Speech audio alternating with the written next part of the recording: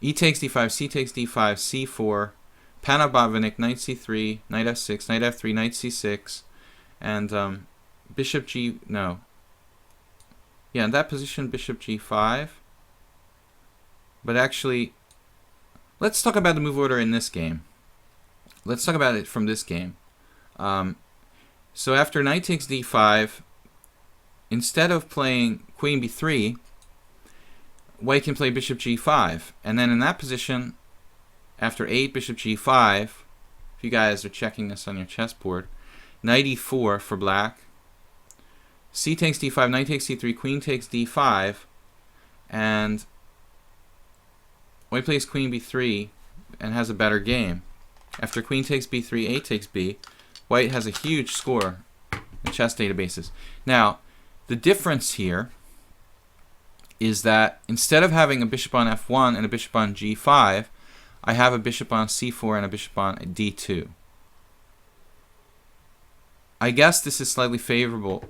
This inclusion is slightly favorable for black, because the bishop on g5 is kind of disruptive. But on the other hand, I'm ready to castle. I've got the bishop c4 in for free. So maybe the jury's still out on it. In this position, I could try h4. It's interesting. Try to profit from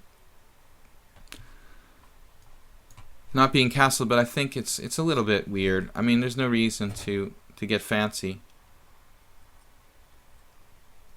So white doesn't have a lot here. Yeah. But the center looks pretty solid for white. I played rook e1. It's a little tough for black to get counterplay, because I don't have a conventional pair of hanging pawns. I don't have an isolated pawn. On the other hand, black is also himself fairly solid here. So welcome to the stream. You can check out my YouTube channel in the link on Twitch. And please like and subscribe over there. Just got it started, so it's really tough to get a new YouTube page kind of established. So we appreciate it if anybody can like and subscribe. And we appreciate everybody who's over here watching us live or just liking our channel. If you like to watch some good chess, b6, excellent move by Jedi.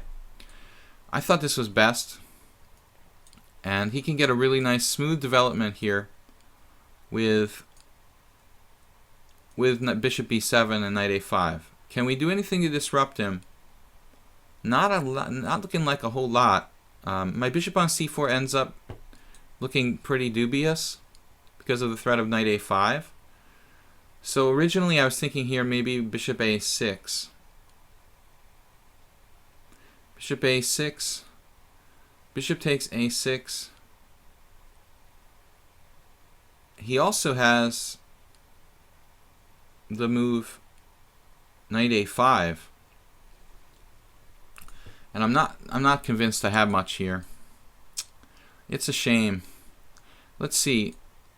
We could also try to aim for a knight e4, knight d6 kind of invasion, but it's very slow. Knight a5 is a very serious threat. So I mean, it's not the end of the world, though. Like in some positions, it might be really, really strong. Here, it's just a little strong. There's some play for white. Like d5 looks a little extreme. I'm not going to go that far.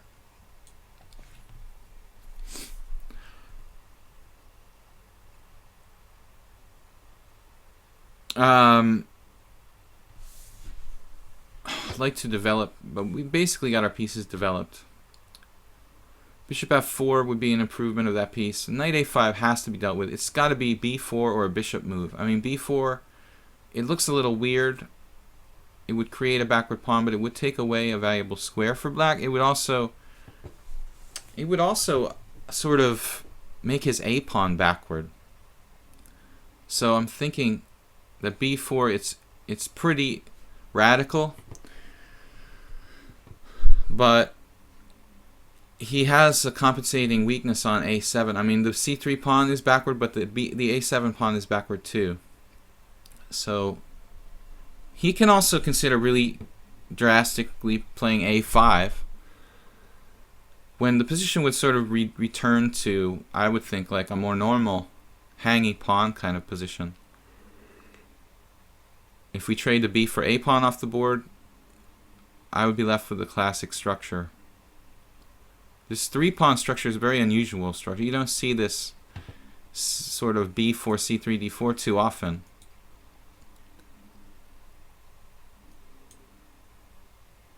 But I want to play actively, and I want to be open-minded, you know. And one of the things I was talking about was the Suba book, Dynamic Chess Strategy. And Suba is sort of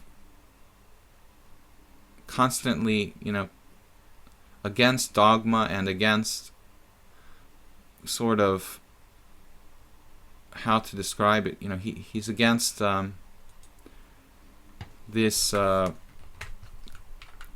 concept of static, you know, just static advantages being the classical thing. So he's very open-minded. I appreciate his approach to chess. Now bishop a6 is, I think, consistent here, when it looks like we should have a small edge.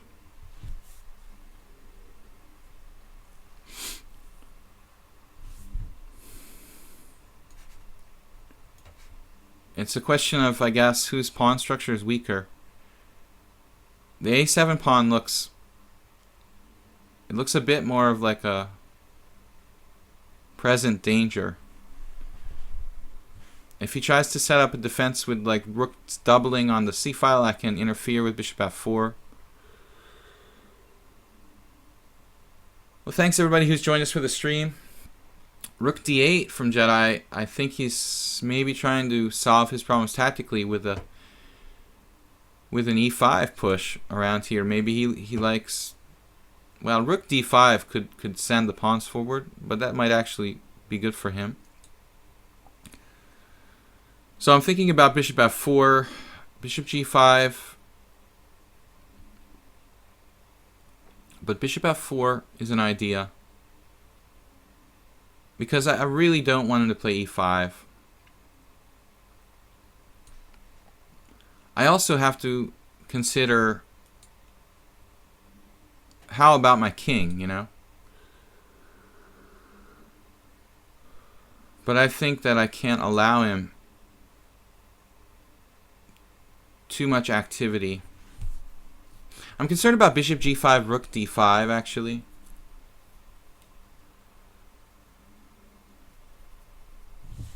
But it's the same thing if bishop f4, rook d5 is also playable. If I play rook,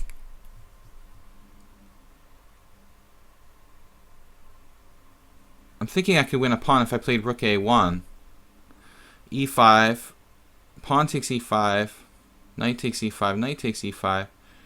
But he doesn't have to take on e5, he can take on d2 there. Maybe bishop e3, but I'm going to play bishop f4. I don't want to get too far on the clock, down on the clock. But I think it's safe to say that Jedi is okay here. Yeah. This is a really good move by him. And I'm starting to think that I've messed this up. So we need to think about our king position. h4. Fortunately, I don't think he can just flat out move his knight and hang the a7 pawn. You know, come to think of it, well, if I play b5, he plays knight a5, and that probably is okay. Now this move, why did rook d7 not occur to me before? Good question. I'm not really sure. But that's a big problem. Maybe I try doubling on the a file. I don't know what else to do. I don't know what else to do. I mean, this is really my only plan. So, a Jedi played really well so far. He's not, trying to be too aggressive. F6 could be risky. A little weakening, I would say. Maybe I can think about going back to D2. Let's just try to make a move. G3. It doesn't really matter at this point. I mean, all of my pawns are on dark squares. We have a somewhat bad bishop. We're just going to live with it. And now bishop f8. B5. Maybe we can maneuver at some point. Knight d2. Knight d2, knight e4. Yeah. Let's try to maneuver here. If e5 we take and we have the knight protected by the bishop. Trying to creep forward and improve the position. Now there's an interesting exchange sacrifice for me, which could be really scary for black. Let's try it. I don't know. This is probably asking a little too much from the position. He has that move, but I have knight e4. And this was the point. So king g8, not really the right square.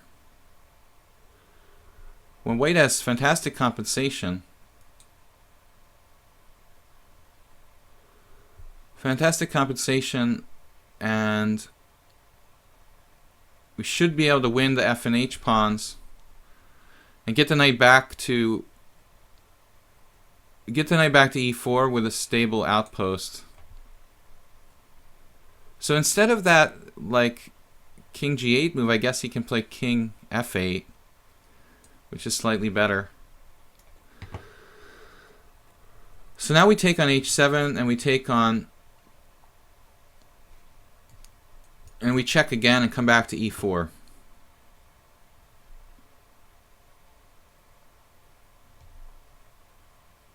We should have at least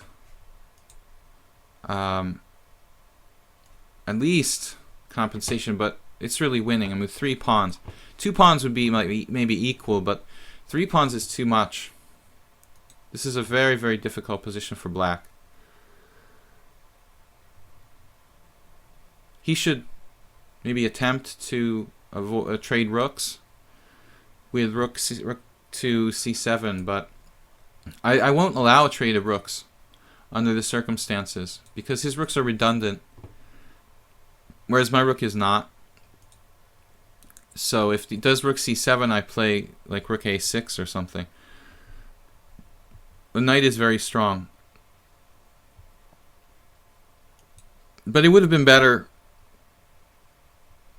I was going to say it would have been better to play rook b7, but that's not true. That would have allowed him to force a trade of rooks. Rook a7 is probably the right move.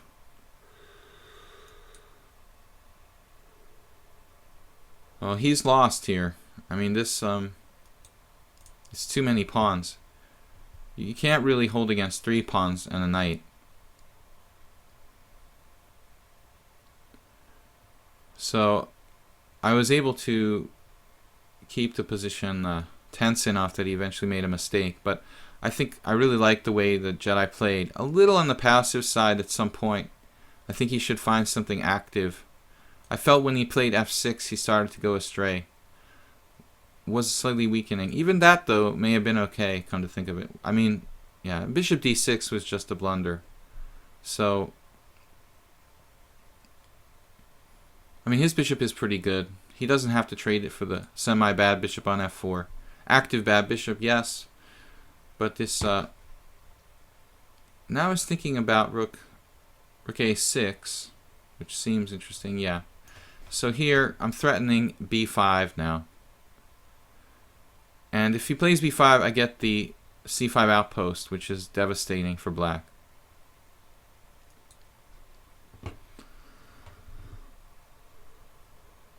It's really, really bad. Maybe rook b7